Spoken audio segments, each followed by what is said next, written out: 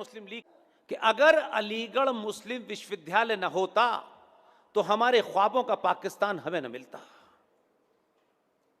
लेकिन वह यूनिवर्सिटी है, जहां तक मुझे खबर है, सत्ताओं की मजबूरियां, इस वोट बैंक की भूख ने इस देश में जहां जहां 76% से ज्यादा मुसलमान हैं, वहां 4 नए विश्वविद्यालय, अलीगढ़ मुस्लिम विश्वविद्यालय बसाने का निर्णय लिया है। तत्कालिक तौर पे कोई पार्टी जीत सकती है, वोट ले सकती है, पार्टियां आएंगी चली जाएंगी, सरकारें गिरती रहेंगी, संगठन बनते बिगड़ते रहेंगे, लेकिन जो इस जमीन पर जहर स्थापित आप कर रहे हैं वो हजारों साल तक आपको भुगतना पड़ेगा। लेकिन चल रहे, हमारे मुद्दे ये नहीं है। हमारा मुद्दा प्याज महंगी कैसे हो गई। हम प्याज के महंगे होने पर सरकार गिराते हैं, ऐसे लोग दुनिया में कहीं नहीं मिलेंगे। सारी बेरोजगारी सनातनी हिंदू के पास है, किसी और के पास है ही नहीं। सबको सरकारी नौकरी चाहिए और जो नौकरी नहीं दे पा रहा वो सरकार गिरा देता है। 11th फेल है, बीए में एडमिशन नहीं मिल रहा, लेकिन नारे लगा रहा है कि बेरोजगारी बढ़ रही है और हम खुश हैं। इसलिए आपकी संसद में आपका सौदा कर दिया गया, खुल्लम खुल्ला किया, सबके सामने किया, और हम सब उस वक्त भी जिंदा थे और आज भी इत्तेफाक से जिंदा हैं। लेकिन उन मुद्दों को हमने जाना ही नहीं कि जिसमें हमारे राष्ट्र का सौदा हो गया है। हम जड़ की जगह पत्तों पे पानी डाल रहे हैं और नेता इस देश के इतने चाटुकार हैं, माफ कीजिएगा, किसी पार्टी के हों, वो बताएंगे ही नहीं आपको। न विधानसभा में बताएंगे, न आपके पास आके बताएंगे, आपके घर में भी आएंगे तब भी नहीं बताएंगे। और वही पट्टा डाल के कहेंगे कि देखिए हम सनातनी हिंदू हैं। इतना बड़ा सौदा हुआ है कि आपको उसका अंदाजा नहीं है। अब कुछ लोग लड़ रहे हैं उसके लिए, तो भी कुछ ठेकेदार रोकना चाहते हैं। इसलिए मैंने कहा कि संगठन और पार्टियां आदमी के बोलने पे टेप लगा देती हैं, झूठ सुनती हैं और झूठ सुनाती हैं। 1995 में भारत की संसद में 2 सौदे हुए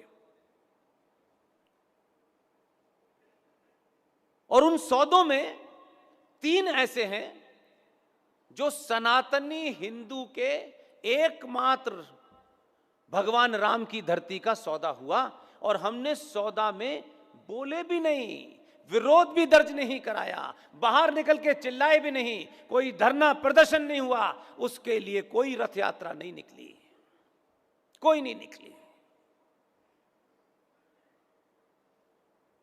1991 में इस देश के प्रधानमंत्री कौन थे? पीवी नरसिम्हा राव साहब। वो जिस भी दबाव में प्रधानमंत्री बने सबको पता है। इस पत्रकारिता के लंबे सफर में एकमात्र प्रधानमंत्री हैं जिसको मैं चाणक्य मानता हूं, लेकिन वो जिन हालातों में काम कर रहे थे उनके पास कोई रास्ता नहीं था। 1991 में अयोध्या मूवमेंट अपने पीक पर था और अयोध्या मूवमेंट को टेम करने के लिए नरसिम्हा राव एक बिल लेकर आए और बातचीत कर ली थी पहले से गेरुए पट्टे वालों से कि हम ये कर रहे हैं, लेकिन उस वक्त एजेंडा हमारा तत्कालिक सत्ता तक पहुंचना था। इस राष्ट्र के एक लंबे सफर में यह सुरक्षित रहे यह कतई नहीं था। और उन्होंने कहा कि हम एक कानून बनाने जा रहे हैं और हम जानते हैं कि आपकी दुकान इस अयोध्या पे चलेगी, हम इसको इस कानून से अलग कर देते हैं, बाकी पे हम एक कानून बना रहे हैं। यही मैं कह रहा हूं कि जो विजनरी लोग होते हैं वो तत्कालिक फायदे के लिए नहीं लड़ते, वो 1000 साल के लिए लड़ते हैं। और क्योंकि हमने सारी ताकत राजनीतिक दलों को दे दी है कि तुम जो दिल चाहे कर लो, इसलिए हर प्राइम मिनिस्टर आया और अयोध्या पे निगोशिएशन करना शुरू करता था।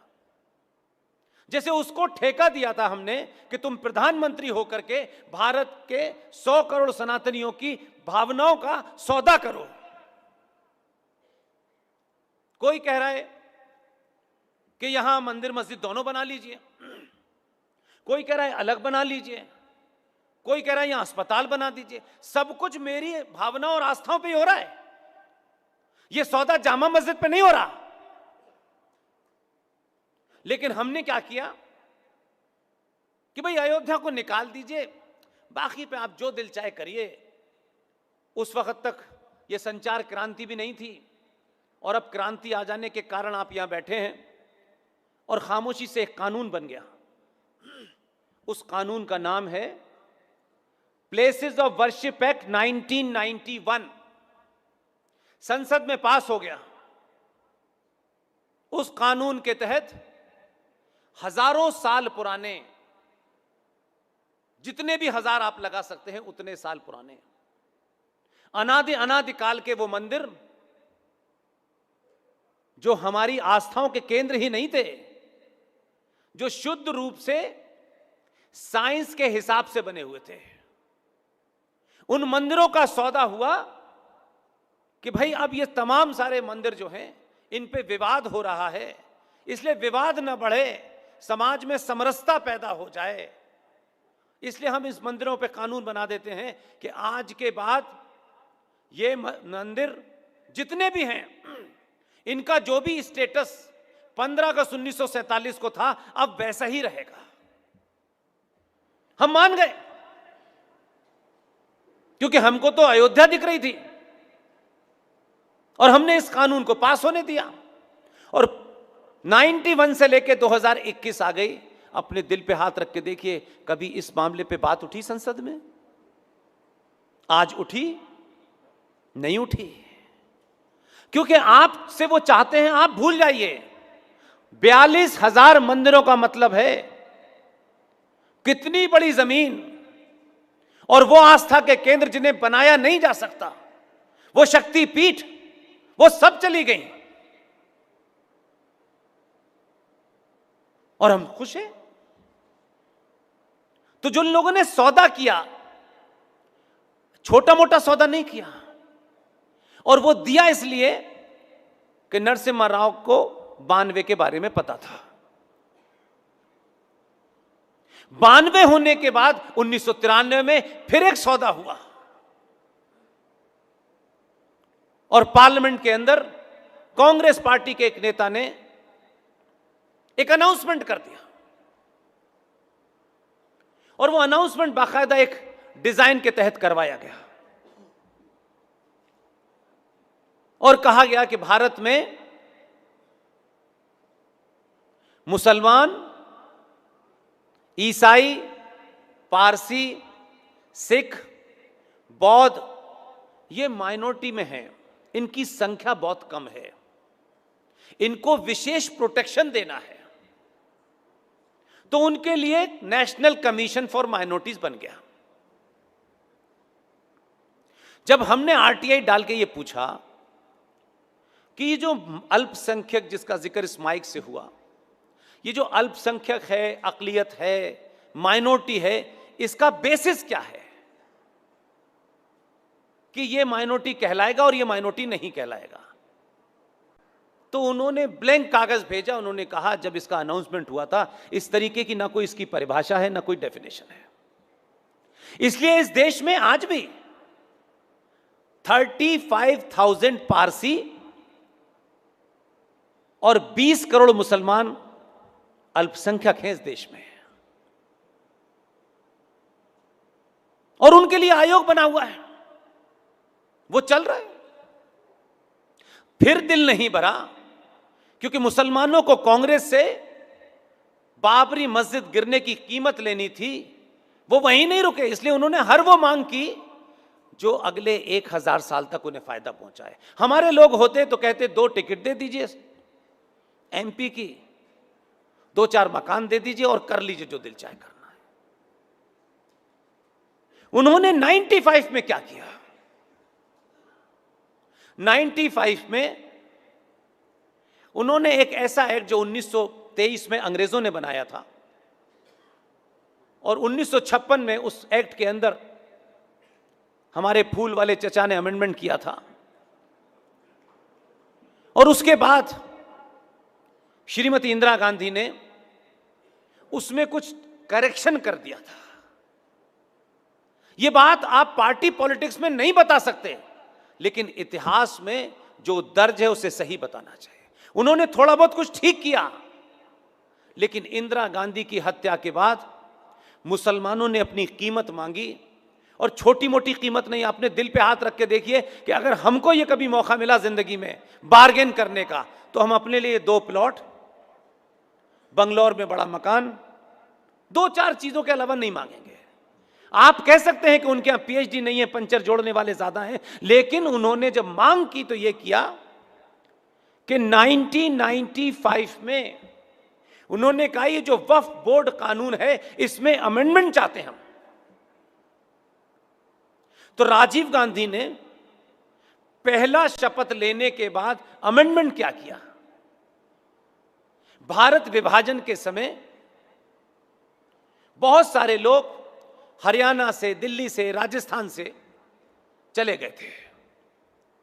उन मकानों में 50 पैसे, 1 रुपए में बहुत सारे हिंदू जिनको लूटा गया, रेप हुआ, मर्डर हुए, वो उनमें रह रहे थे। उन्होंने कहा कि हमारे भाई जो पाकिस्तान चले गए हैं उनकी ये प्रॉपर्टी है, इस प्रॉपर्टी को वक्फ प्रॉपर्टी घोषित कर दिया जाए। राजीव गांधी ने एक सिग्नेचर से अरबों खरबों की जमीन, लाखों एकड़ जमीन रातों रात वक्फ बोर्ड को दे दी है, और बात खत्म हो गई। उसके बाद नरसिम्हा राव चले गए। फिर उसके बाद बीच में जो कुछ हुआ आप सबको पता है। लेकिन 2013 में जब आपके लोगों की गिनती, जिन्हें आप अपना कहते हैं, अभी आपके पास ऑप्शन भी नहीं है, वो उनकी गिनती संसद में 117 थी, 117, और 2013 तक संचार क्रांति हो चुकी थी। 2013 में संसद के अंदर 1995 के वक्फ बोर्ड के कानून को लाया गया और संसद के दोनों सदनों से पास करके उसे एक मूल रूप से कानून बना दिया। कोई धरना प्रदर्शन इस देश में किसी ने सुना कि यह वक्फ प्रॉपर्टी कानून क्या है जो संसद में पास हो गया? न उस पर बड़ी लंबी डिबेट हुई, न वो कभी पब्लिक में आया, उसमें क्या क्या लिखा है, क्या क्या नहीं लिखा है, उसके आने से क्या होगा, किसी ने नहीं पूछा। हम मौन रहे। लेकिन उस अमेंडमेंट में 2-3 क्लॉज जोड़े गए, वो कभी चर्चा नहीं हुई उनके ऊपर। इसलिए मैं आपसे विनती कर रहा हूं, आप सच में सनातनी हिंदू हैं तो शीशे में खड़े होकर के 2-3 बार अपने आप से पूछिएगा कि मैंने इस राष्ट्र को, अपने परिवार को, अपने संगठन को, अपनी कॉलोनी को बचाने के लिए कुछ किया है कि नहीं किया है। 2 बार पूछिएगा। अगर जवाब आपको नहीं मिल रहा तो इसका मतलब है कि आप जो कुछ कर रहे हैं सिर्फ टाइम पास करने के लिए कर रहे हैं। मैं ऐसे ही नहीं यहां पर आया हूं कि मुझे कुछ दिमाग में आया और मैं अब देश भर में ऐसे ही घूम रहा हूं। इस दौर में आप जानते मैं कहां पैदा हुआ हूं, तब भी मेरा ये दृढ़ विश्वास है कि जो कुछ मैं कर रहा हूं अपनी मर्जी से नहीं कर रहा। इस दौर में जो शक्ति भारत से निकल करके इतने सालों से बाहर थी वो वापस लौट रही है, वही शक्ति मुझसे करा रही है। और ये मुझसे नहीं करा रही, बड़े बड़े ऐसे लोगों से जो इस सभा में बैठे हुए हैं। बहुत सारे लोगों के बच्चे विदेशों में होंगे, बड़ा पैकेज मिलता होगा। न सुशील पंडित, न कर्नल RS सिंह, न प्रोफेसर कपिल कुमार, न प्रोफेसर पवन सिन्हा, न अंकुर शर्मा, न ललित अंबरदार, कोई भी आदमी अपनी मर्जी से नहीं कर रहा। इसलिए उसके भाव में मैं शब्द है ही नहीं। इसीलिए एक शख्स अगर हमारे घर में कोई हो, हमारा बेटा अगर IIT खड़गपुर से पास भी हो जाएगा तो कम से कम 1 महीने तक सेलिब्रेशन होगा। क्या आप सोच सकते हैं कि आज के दौर में एक बच्चा IIT खड़गपुर से टॉप करता है, टॉपर है, बहुत बेहतरीन कैरियर ढूंढ सकता था, उसको कैरियर उसके घर चल के आता।